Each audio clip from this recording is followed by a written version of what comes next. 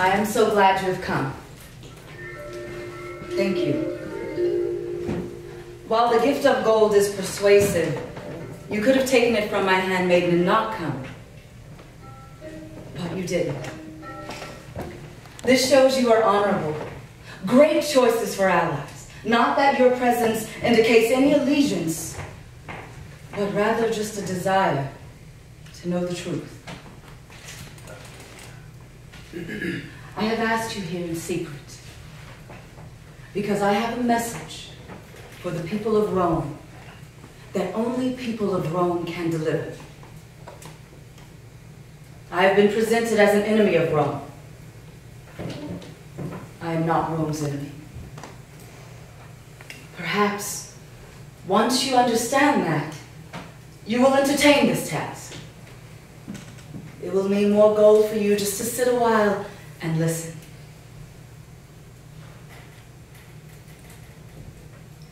A logical question after why are you here is why am I here? And how did the Pharaoh of Egypt allow herself to be captured? It was not my plan. My plan was to take my own life. But then I thought of 3 reasons I must live. My children. The youngest, Ptolemy. He is 4 years old. He has this collection of little wooden boats that are his pride and joy. The twins, Alexander and Celine, well, they are inseparable. It's quite humorous to watch people try to understand which is the boy and which is the girl. Then there's my oldest, young Caesar.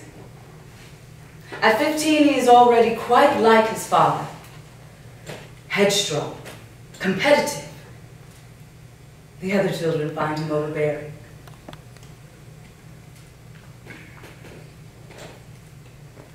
I do not know where they are now. I have only Rome's word that they are alive. And that is why I am here.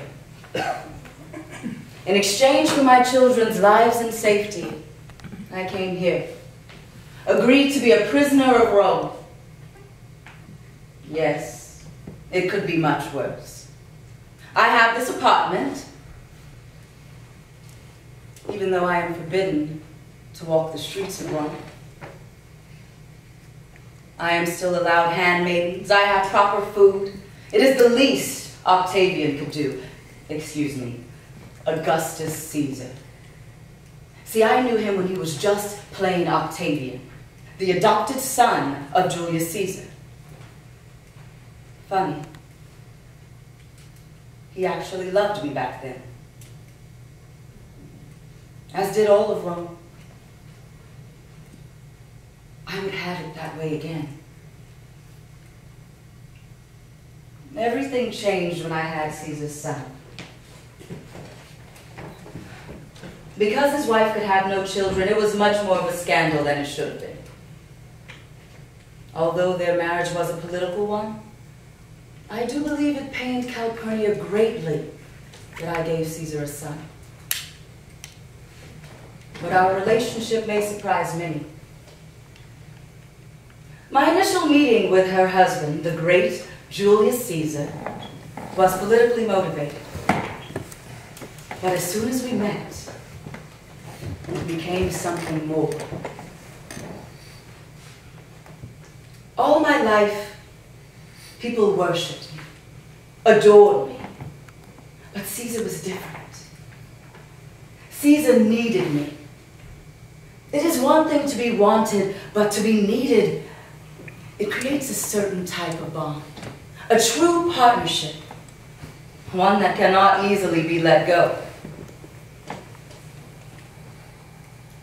There's little you can do to make outsiders understand. But strangely enough, Calpurnia did understand. You see, in Egypt, they have many wives, many husbands. If the wife of Julius Caesar can look past our differences to call my ally even for a moment, surely should the people of Rome. I had a beautiful villa here once, for when young Caesar and I would visit his father. Calpurnia visited my villa the day before the Ides of March. I am here because I care for my husband. Any animosity I have towards you is not the purpose here. Good. Then this conversation will be brief. Have you noticed any strange going on during your visit? Truthfully, Calpurnia, all I have noticed is my dining table and my bed. Can you not be earnest for one moment? Do you think I have come here to speak to a spoiled child or a queen? Madam Caesar, you overstep your boundaries. But I can see you are distraught. So I will give you this pass. Tell me, what pains you? I've had a dream. In the dream, I see Caesar's statue. It is a fountain, pouring blood from 100 spouts. Many Romans come up to the fountain and bathe their hands in his blood, with smiles on their faces.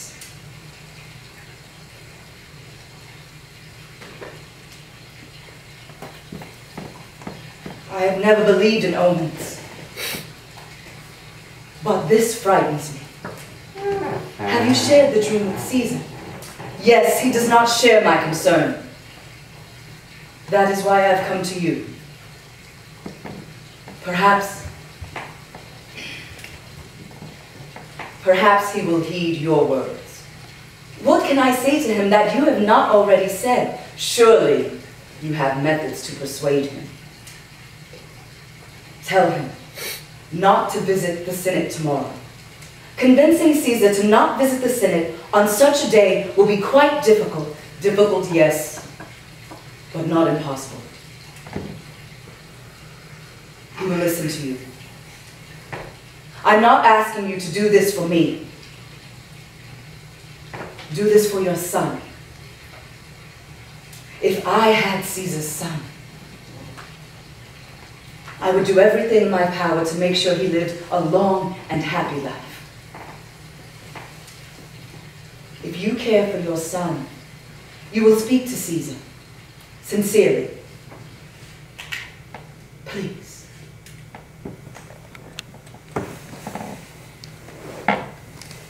Calpurnia knew she had my cooperation when she mentioned my son. I waited that day to speak to Caesar of this dream, but he never came. And the next day, he poured blood like 100 spouts. I try not to imagine it. But I often wonder, what part did I play in Caesar's assassination? Was my presence in Rome the last offense they could stand? Young Caesar was 2 years old, and I was horrified that he might be next, that they would come and murder us in our beds. So of course I left Rome. But I had nightmares for months. And the worst, Roman soldiers come walking out of the river Nile. They destroy Alexandria and drown my son in the river. Perhaps it was my imagination running wild, but the fact that I had lost my Roman ally put our son in great danger, not only from Caesar's enemies, but also those who feared my son's claim to Rome. And then, as if a gift from the gods, another Roman stepped in to change the situation. I tell you, I am a friend of Rome. I received a special messenger from the city of Tarsus. Marcus Antonius, triumvir of the Roman Republic, requested my presence to discuss important matters of state. I delayed this journey.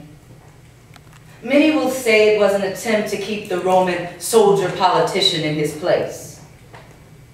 But truly, I was concerned with what I might be getting myself into.